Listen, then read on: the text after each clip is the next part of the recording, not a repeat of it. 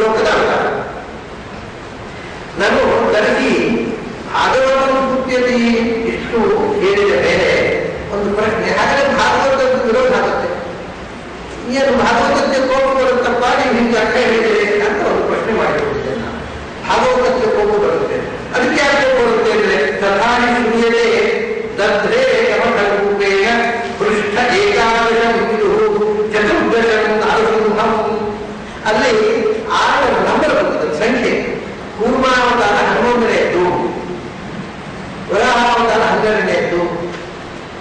ಹೀಗೆ ಹೇಳ್ತಾ ದಧ್ರೆ ಯಮಕಲ್ಪೇಯ ಕೂರ್ಮ 11 ಹೇಳಿದರೆ, ಆಮೇಲೆ 12, 13 ಮೋಹಿನಿ ಮತ್ತು ಧನ್ವಂತರಿಗೆ 16 ನರಸಿಂಹಾವತಾರ. ಹಾಗಾದರೆ ಇದು 11 ಮೊದಲ ಇದೆಲ್ಲ ಸಂಖ್ಯೆಯಲ್ಲಿ ಅವರು ಆಗ ಹೇಳುವಾಗ ಅದನ್ನ 11ನೇ ಅವತಾರ, ಸುಮ್ಮನೆ ಒಂದೇ ಹಾಕಲ್ಲ. 1ನೇ ಅವತಾರ, 2ನೇ ಅವತಾರ, 11ನೇ ಅವತಾರ, 14ನೇ ಅವತಾರ ಅಂತ ಹೇಳಿದ್ರೆ ಅದು 11ನೇ ಅವತಾರ ನರಸಿಂಹದಿಂದ ಓದಾಗುತ್ತಲ್ಲ. 14ನೇದು ನರಸಿಂಹ, 11ನೇದು ಕೂರ್ಮ. ಅದರಿಂದ ಭಾಗವತದಲ್ಲಿ ಹೇಳಿದ ಪ್ರಕಾರ ಕೂರ್ಮ 11ನೇ ಅವತಾರ ಅಂದರೆ 14ನೇ ಅವತಾರಕ್ಕಿಂತ ಮೊದಲು ಆಗಲೇಬೇಕು. ಅದರಿಂದ ನೀವು ಹೀಗೆ ಅಷ್ಟೇ ಹೇಳಿದರೆ ಭಾಗವತಕ್ಕೆ ಕೋಪ ಬರೋಲ್ವಾ ಅಂತ ಒಂದು ಪ್ರಶ್ನೆ. ಸತ್ಯ ಭಾಗವತದಲ್ಲಿ ಹೀಗೆ ಹೇಳಿದ್ದಾರೆ, ಸತ್ಯ ಸುಳಿಯದೆ ಹೌದು ಹೇಳಿದ್ರೆ ಕೋಪ ಬಂದದ್ದು ನಿಜ, ಕೋಪ ಬಂದಿಲ್ಲ, ಅದು ಹೇಳಿದ್ರೆ ನಿಜ. ಯಾಕೆ ಹೇಳಿದ್ರೆ ನಿಮಗೆ ಅರ್ಥ ಆಗಿಲ್ಲ, ಅಲ್ಲಿ ಹೇಳಿದ್ರೆ ನಿಜ. ಕೇವಲ ಅವತಾರ ಸಂಖ್ಯಾನೇವ ತದ್ದು. ಇದಕ್ಕೆ ಮೊದಲು ಸ್ಥೂಲವಾದ ಉತ್ತರ ಏನು ಕೊಟ್ಟಿದೆ, ಕೇವಲ ಅವತಾರ ಸಂಖ್ಯಾನೇವ ತದ್ದು ನತತ್ರ ಕ್ರಮ ವಿಮುಕ್ತೇಶಿ ನವಿರೋಧ ಅಂತ ವದಂತಿ. ಕೆಲವರು ಇದಕ್ಕೆ ಉತ್ತರ ಹೇಳ್ತಾರೆ ಅಂದರೆ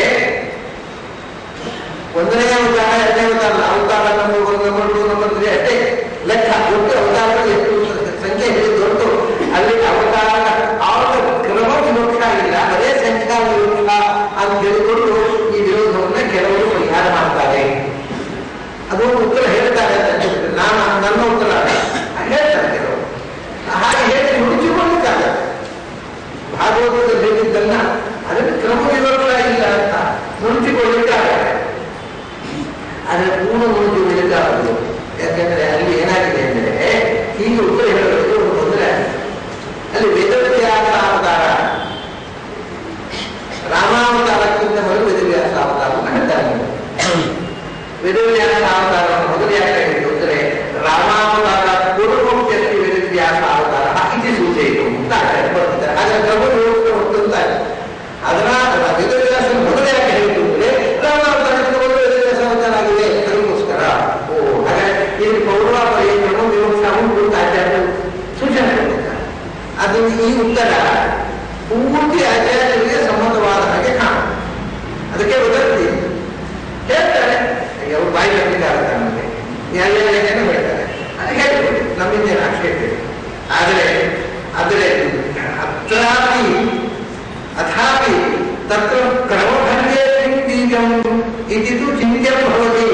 ಕ್ರಮ ಇಲ್ಲ, ಅದು ಕ್ರಮವನ್ನು ಯಾಕೆ ಹೇಳಿರೋ ಪ್ರಶ್ನೆ ಏನು ಬರುತ್ತೆ ಮಾತ್ರ. ನೀವು ಕ್ರಮ ಇಲ್ಲ ಅನ್ನೋದು ಉತ್ತರ ಆಗಿದೆ. ಕ್ರಮ ಇಲ್ಲದ ಹಾಗೆ ಸಂಖ್ಯೆ ಹಾಕಿ ಕ್ರಮವನ್ನು ಯಾಕೆ ಮುಂದೆ ಹೇಳಿರು, ಈ ಪ್ರಶ್ನೆ ಹಾಗೆ ಉತ್ತರ ಹೇಳ್ತೀವಿ. ವಿವಕ್ಷ ಇಲ್ಲ, ಯಾಕಿಲ್ಲ, ಯಾಕೆ ವಿವಕ್ಷ ಇಲ್ಲದೆ ಎಷ್ಟೋ ತತ್ವ ಹೇಳಿದ್ರು ಯಾರು? ಅದಕ್ಕೊಂದು ಉದ್ದೇಶ ಇರಬೇಕಲ್ಲ. ಕ್ರಮಬದ್ಧ ಬೀಜಂ ಇದಿತು ಚಿಂತ್ಯಂ ಭವತಿ, ಅದಕ್ಕೆ ಉತ್ತರ ಇಲ್ಲ. ಅದರಲ್ಲಿ ನಿಮ್ಮ ಉತ್ತರ ನೀವು ಹೇಳಿದ ಸಮಾಧಾನದಲ್ಲಿ ಅದು ಕ್ರಮವನ್ನು ಯಾಕೆ ಮುಗಿದ್ರು ಅನ್ನೋದಕ್ಕೆ ಉತ್ತರ ಇಲ್ಲ.